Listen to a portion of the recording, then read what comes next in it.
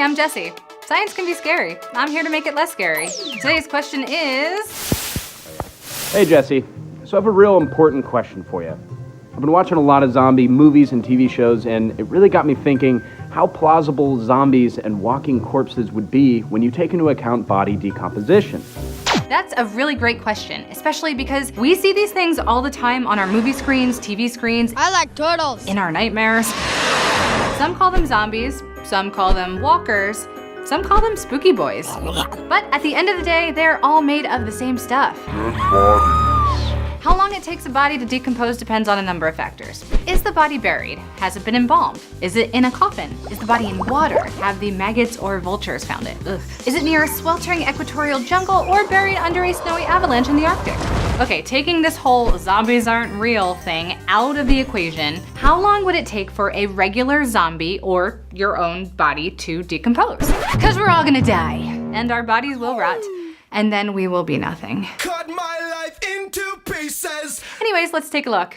Every dead body undergoes the same 4 stages of decomposition, which starts within 4 minutes of death. These are autolysis, bloat, active decay, and skeletonization. Autolysis, or self-digestion, is when membranes in your cells rupture, and they release these enzymes that cause your cells to start eating themselves due to a lack of oxygen and excess carbon dioxide. Well, he started it.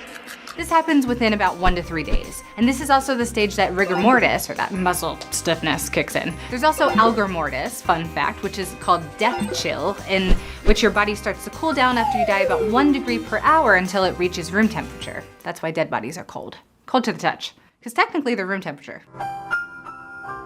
To the above point, narratively speaking, a zombie or walker is still viable here. Most zombies that we know and love move rather slowly and stiffly, presumably because of rigor mortis, but still ultimately have control of their muscles. And this is the part of the video where we decline the notion of fast zombies. Sorry, 28 Days Later and World War Z, and Left 4 Dead, 1 and 2. Within 10 days, a dead body is in stage 2 of decomposition, or the bloat stage. And not like when you eat too many beans and you're just like full of gas kind of bloat. Better get a bucket, I'm gonna throw up.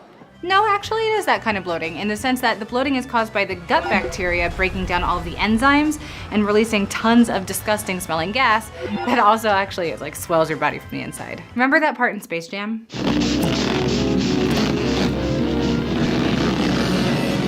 As the bacteria works its way through your body and various organs, you begin to change color. That's fun. Typically, you go from a greenish color to reddish purple to black, like a giant dead mood ring. Within several weeks, the body is now in stage 3, or active decay. This is the part where zombie bodies are becoming less and less likely, because this is around the time that your teeth and nails fall out. And without teeth, I mean, a zombie without teeth can't bite you, so how do you even become infected? And no, I know what you're gonna say, but come on, a zombie with dentures is even more ridiculous, guys. But kinda cute. After a month, your body starts to liquefy, which means your skin will kind of start to melt off and, oh God, who signed off on this episode?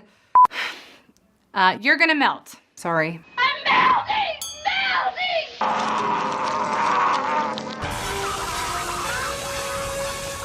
Stage 4 of body decomposition is skeletonization, and this typically takes the longest as the body's in a drier stage of decomposing. And depending on the pH of the soil and other factors, the skeleton might eventually decompose entirely, or it might undergo diagenesis, or fossilization.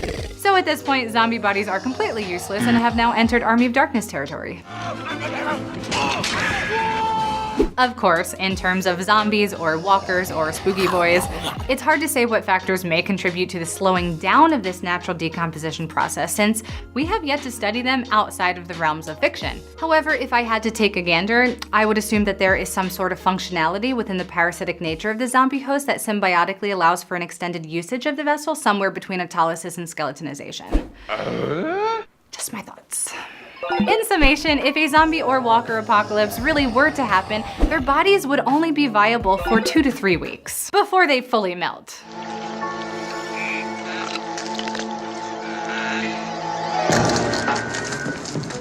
Gross.